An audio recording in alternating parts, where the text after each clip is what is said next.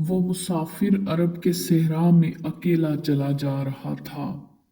8 हिजरी के ज़माने में अरब का वो इलाका जहाँ मक्का और मदीना वाक़ हैं, बड़ा ही खौफनाक सहरा हुआ करता था।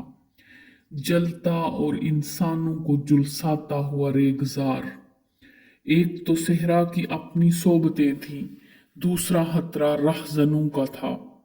मुसाफिर काफिलों की सूरत में सफर किया करते थे, लेकिन ये मुसाफिर अकेला जा रहा था।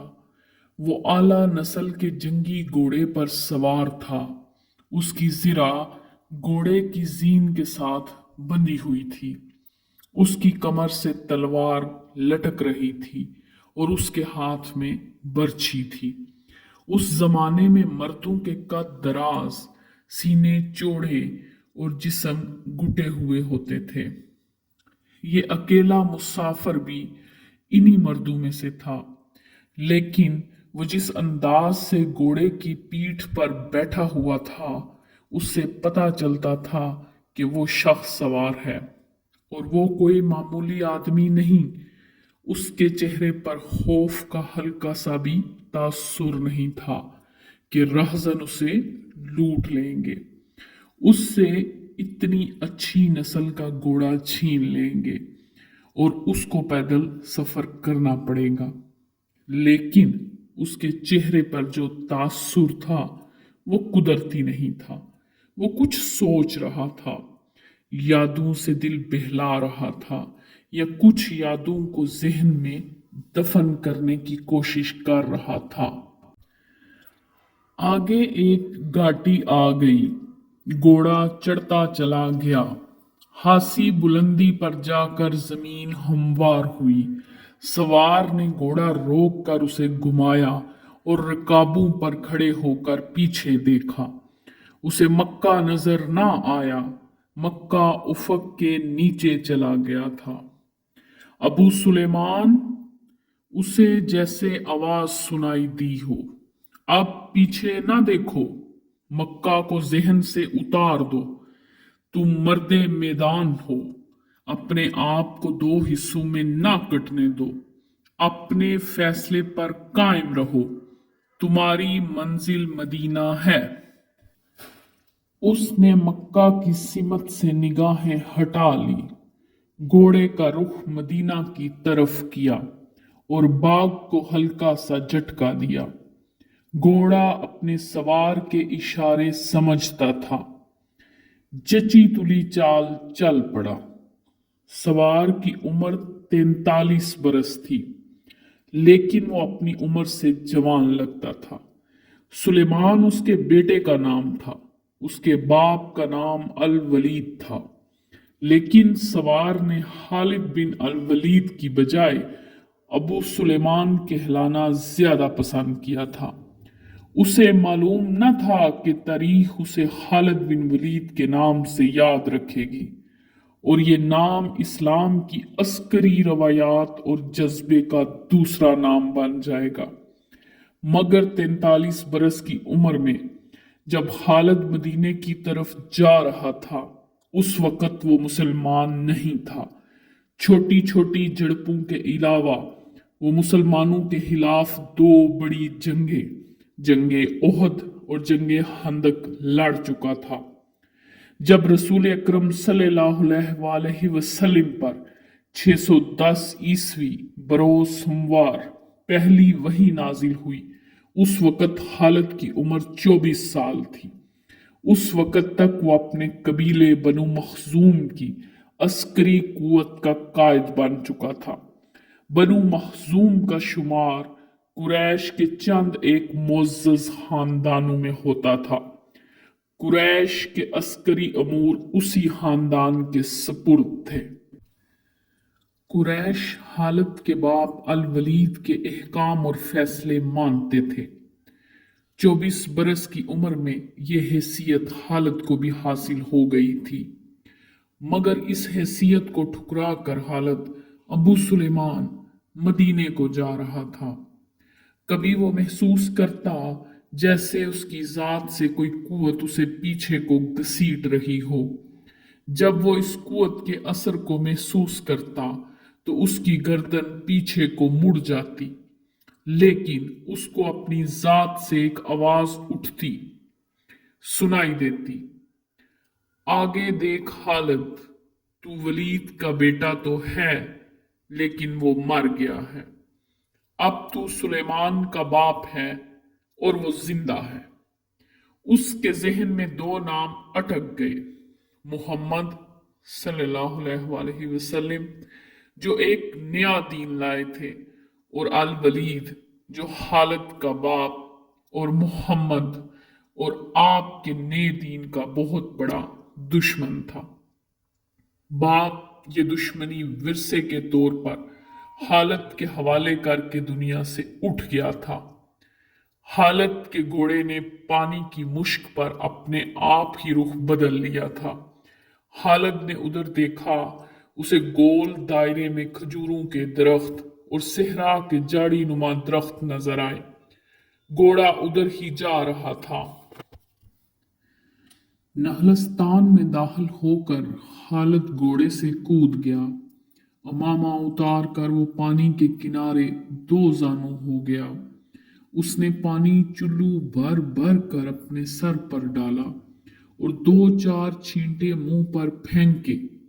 उसका घोड़ा पानी पी रहा था। खालिद ने उस चश्मे से पानी पिया जो सिर्फ इंसानों के इस्तेमाल के लिए था। ये छोटा सा एक जंगल था। खालिद ने घोड़े की जीन उतारी और जीन के साथ साथ बंधी हुई छोटी सी एक दरी खोलकर झाड़ी नुमा दरख्तों के झुंड तले बिछाई और लेट गया। वो थक गया था, थोड़ी सी देर के लिए सो जाना चाहता था, मगर उसके जहन में यादों का जो काफिला चल पड़ा था वो उसे सोने नहीं दे रहा था। उसे 7 साल पहले का एक दिन याद आया जब उसके अजीजों ने मोहम्मद सल्लल्लाहु अलैहि वसल्लम को कत्ल करने का मंसूबा बनाया था। उस मंसूबे में खालिद का बाप अल वलीद पेश पेश था। वो सितंबर 622 की एक रात थी, 622 ईस्वी की एक रात थी। कुरैश ने रसूले खुदा को सोते में कत्ल करने के लिए ऐसे आदमी चुने थे जो इंसानों के रूप में वहशी और दरिंदे थे। खालिद कुरैश के सरकर्दा खानदान का जवान था। उस वक्त उसकी उम्र 27 साल थी। वो आ हजरत के कत्ल की साजिश में शरीक था, लेकिन वो कत्ल करने वालों में शामिल नहीं था। उसे 7 साल पहले की वो रात गुजरे हुए कल की तरह याद थी। वो इस कत्ल पर खुश भी था और नाखुश भी। खुश इसलिए कि उसके अपने कबीले के ही एक आदमी ने उसके मजहब को, जो बुत परस्ती थी, बातिल कह दिया और अपने आप को खुदा का पैगंबर कह दिया। ऐसे दुश्मन के कत्ल पर खुश होना फितरी बात थी, और वो नाखुश इसलिए था कि वो अपने दुश्मन को ललकार कर आमने सामने की लड़ाई लड़ने का कायल था। उसने सोए हुए दुश्मन को कत्ल करने की कभी सोची ही नहीं थी। बहरहाल उसने इस साजिश की मुखालफत नहीं की, लेकिन कत्ल की रात जब कातिल रसूले खुदा को मुकर्ररा वक्त पर कत्ल करने गए तो आपका मकान खाली था। वहां घर का सामान भी नहीं था, ना आपका घोड़ा था, ना ऊंटनी। कुरैश इस उम्मीद पर सोए थे कि सुबह उन्हें खुशखबरी मिलेगी कि उनके मजहब को जुटलाने और उन्हें अपने नए मजहब की तरफ बुलाने वाला कत्ल हो गया है। मगर सुबह वो एक दूसरे को मायूसी के आलम में देख रहे थे। फिर वो सरगोशियों में एक दूसरे से पूछने लगे, मोहम्मद कहाँ गया? रसूल अकरम सल्लल्लाहु अलैहि वसल्लम कत्ल के वक्त से बहुत पहले अपने कत्ल की साजिश से आगाह होकर मक्का से यसरब को हिजरत कर गए थे। सुबह तक आप बहुत दूर निकल गए थे। आज 7 बरसों के बाद हालत भी मदीने की तरफ जा रहा था। उसके जहन पर मोहम्मद सल्लल्लाहु अलैहि वसल्लम का नाम सवार था। उसने जंगे ओहद में अपने देवता हब्बल और देवी उज़्ज़ा के दुश्मन मोहम्मद को कत्ल करने की भरपूर कोशिश की थी, मगर आप जख्मी हालत में वहां से निकल गए थे। हालत के जहन से यादें फूटती चली आ रही थी। जहन पीछे ही पीछे हटते हटते 16 बरस दूर जा निकला। 613 ईस्वी की एक शाम रसूल करीम सल्लल्लाहु अलैहि वसल्लम ने कुरैश के चंद एक सरकर्दा अफराद को अपने यहाँ खाने पर मदऊ किया। खाने के बाद रसूल करीम सल्लल्लाहु अलैहि वसल्लम ने अपने मेहमानों से कहा, ए बनी अब्दुल मुत्तलिब, मैं तुम्हारे सामने जो तोहफा पेश करने लगा हूं वो अरब का कोई और शख्स पेश नहीं कर सकता। उसके लिए अल्लाह ने मुझे मुंतखब किया है। मुझे अल्लाह ने हुक्म दिया है कि तुम्हें एक ऐसे मजहब की तरफ बुलाऊं जो तुम्हारी दुनिया के साथ तुम्हारी आकबत भी आसूदा और मसरूर कर देगा। इस तरह रसूल अकरम ने पहली वही के नजूल के 3 साल बाद अपने करीबी अजीजों को इस्लाम कबूल करने की दावत दी। हालत इस महफिल में नहीं था, उसका बाप मदऊ था।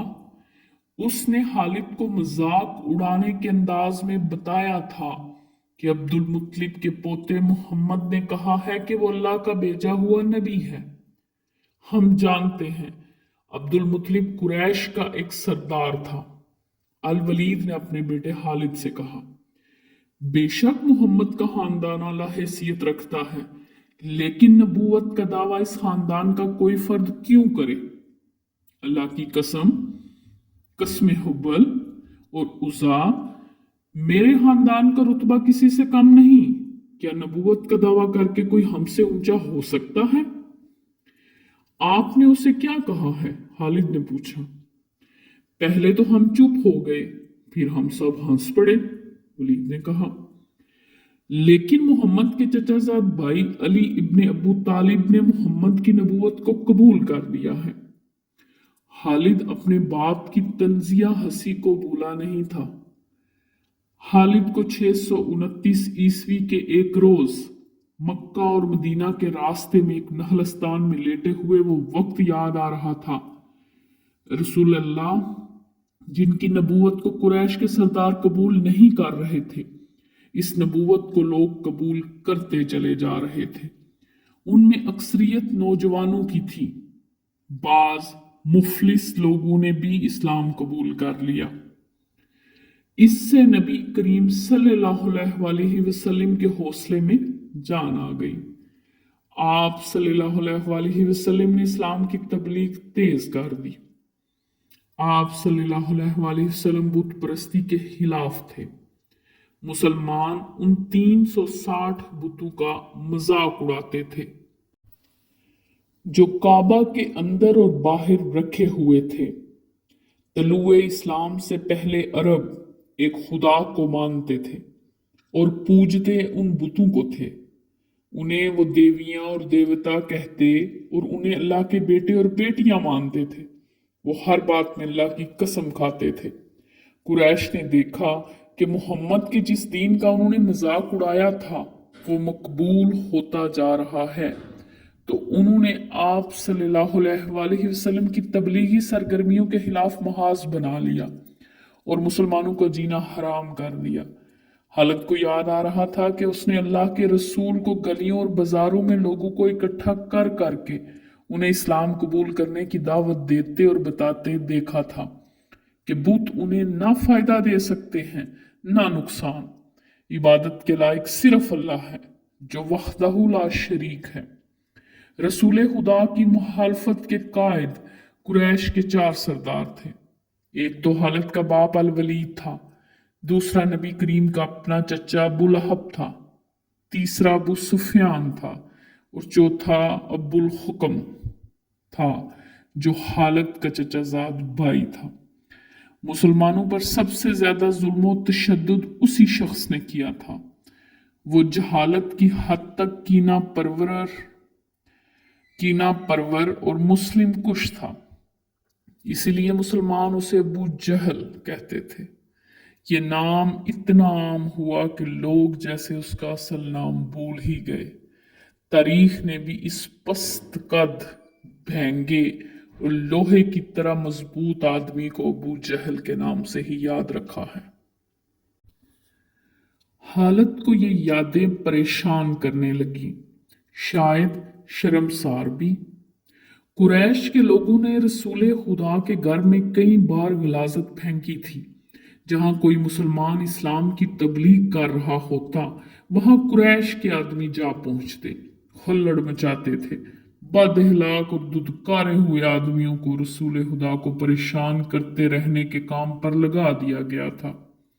हालत को यह इत्मीनान जरूर था कि उसके बाप ने मोहम्मद रसूलुल्लाह सल्लल्लाहु अलैहि वसल्लम के खिलाफ ऐसी कोई घटिया हरकत नहीं की थी। वो 2 मरतबा कुरैश के 3-4 सरदारों को साथ लेकर रसूल खुदा के चचा अबू तालिब के पास ये कहने गया था कि वो अपने भतीजे को बुतों की तौहीन और नबूवत के दावे से रोके, वरना वो किसी के हाथों कत्ल हो जाएगा। अबू तालिब ने उन लोगों को दोनों मर्तबा टाल दिया था। हालत को अपने बाप की बहुत बड़ी कुर्बानी याद आई। उमारा हालत का भाई था। वो खास तौर पर खूबसूरत नौजवान था।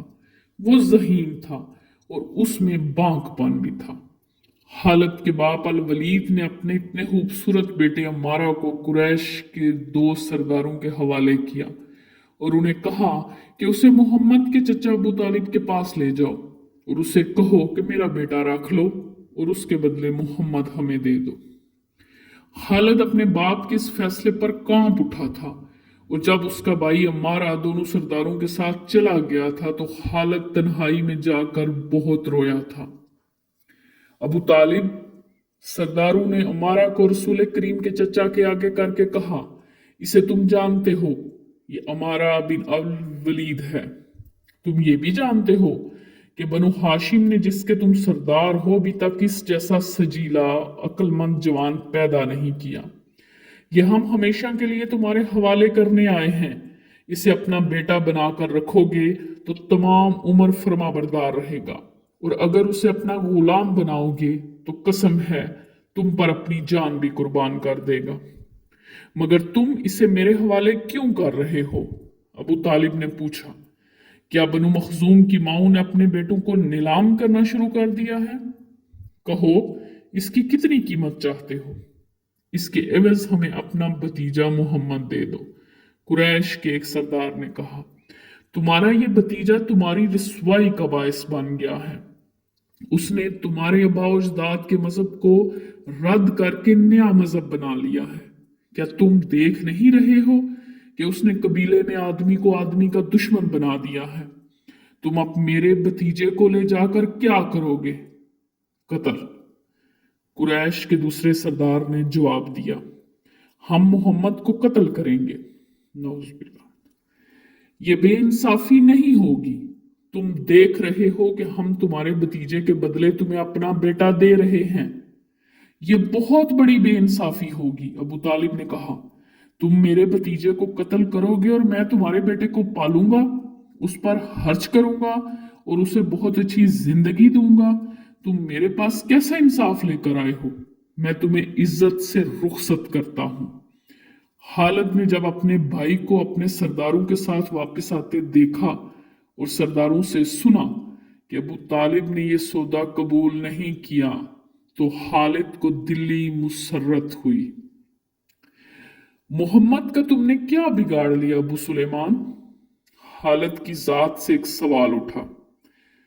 उसने ख्यालू ही ख्यालू में सर हिलाया और दिल ही दिल में कहा, कुछ नहीं। बेशक मोहम्मद का जिस्म ताकतवर है, लेकिन रकाना बिन अब्दुल यजीद जैसे पहलवान को उठाकर पटकने के लिए सिर्फ जिस्मानी ताकत काफी नहीं। रकाना बिन अब्दुल यजीद रसूल अकरम का चचा था, जिसने इस्लाम कबूल नहीं किया था। वो अरब का माना हुआ पहलवान था, नामी ग्रामी पहलवान, जिन्हें उसने एक ही दाव में पटक कर उठने के काबिल न छोड़ा। वो वहशी इंसान था, सिर्फ लड़ना और मारना जानता था। हालत को वो वक्त याद आने लगा जब मुसलमानों को दिक करने के लिए 3-4 आदमियों ने एक दिन रकाना पहलवान को खूब खिलाया पिलाया और उसे कहा कि तुम्हारा भतीजा मोहम्मद किसी के हाथ नहीं आता, अपनी तबलीग से बाज आता है, ना किसी से डरता है, और लोग उसकी बातों के जादू में आते चले जा रहे हैं। क्या तुम उसे सीधा नहीं कर सकते? क्या तुम मेरे हाथों उसकी हड्डियां तुड़वाना चाहते हो? रकाना ने अपने चेहरे पर मस्त तासुर पैदा करके तकब्बुर के लहजे में कहा, लाओ उसे मेरे मुकाबले में, लेकिन वो मेरा नाम सुनकर मक्का से भाग जाएगा। नहीं नहीं, मैं उसके साथ लड़ना नहीं चाहता। उसने उकसाने वाले आदमियों की बात ना मानी। वो किसी पहलवान को अपने बराबर समझता ही नहीं था। मुसलमानों के दुश्मन खामोश हो गए, लेकिन सोचते रहे कि रसूल खुदा को रकाना के हाथों गिरा कर आपका तमाशा बनाया जाए। मक्के के यहूदी खास तौर पे रसूल अकरम के दुश्मन थे, लेकिन वो खुलकर मैदान में नहीं आते थे। वो खुश थे कि अहले कुरैश आपस में बिट कर एक दूसरे के दुश्मन हो गए हैं। उन्हें पता चल गया कि कुरैश के कुछ आदमियों ने रकाना पहलवान को उकसाया है। वो रसूल अल्लाह को कुश्ती के लिए ललकारे, लेकिन वो नहीं मान रहा। एक रोज रकाना रात के वक्त एक गली से गुजर रहा था कि उसके करीब से एक बड़ी हसीन और जवान लड़की गुजरी। चांदनी रात में लड़की ने रकाना को पहचान लिया और मुस्कुराई। रकाना वहशी था, वो रुक गया और लड़की का रास्ता रोक लिया। क्या तुम जानती हो कि औरत मर्द की तरफ देखकर मुस्कुराती है तो इसका मतलब क्या होता है? रकाना पहलवान ने पूछा, कौन हो तुम? इसका मतलब ये होता है कि औरत उस मर्द को चाहती है। जवान लड़की ने जवाब दिया, मैं सिब्बत बिनते अरमन हूं। ओ, अरमन यहूदी की बेटी? रकाना ने कहा और लड़की के कंधों पर हाथ रखकर और उसे अपने करीब करके बोला, क्या मेरा जिस्म तुझे इतना अच्छा लगता है? और क्या मेरी ताकत? तुम्हारी ताकत ने मुझे मायूस कर दिया है। सिब्बत ने पीछे हटते हुए कहा, तुम अपने भतीजे से डरते हो? कौन कहता है? रकाना ने गर्ज कर पूछा। सब कहते हैं, सिब्बत ने कहा। पहले मोहम्मद को गिराओ, मैं अपना जिस्म तुम्हें इनाम में दूंगी। नाजरीन, ये सवाने हयात मुकम्मल तौर पे आप सुनना चाहते हैं, हमारी वीडियो को लाइक करें, चैनल को सब्सक्राइब करें। हम इंशाल्लाह नेक्स्ट पार्ट में ये स्टोरी जो है मज़ीद आगे लेके चलेंगे। तब तक के लिए अल्लाह हाफिज़।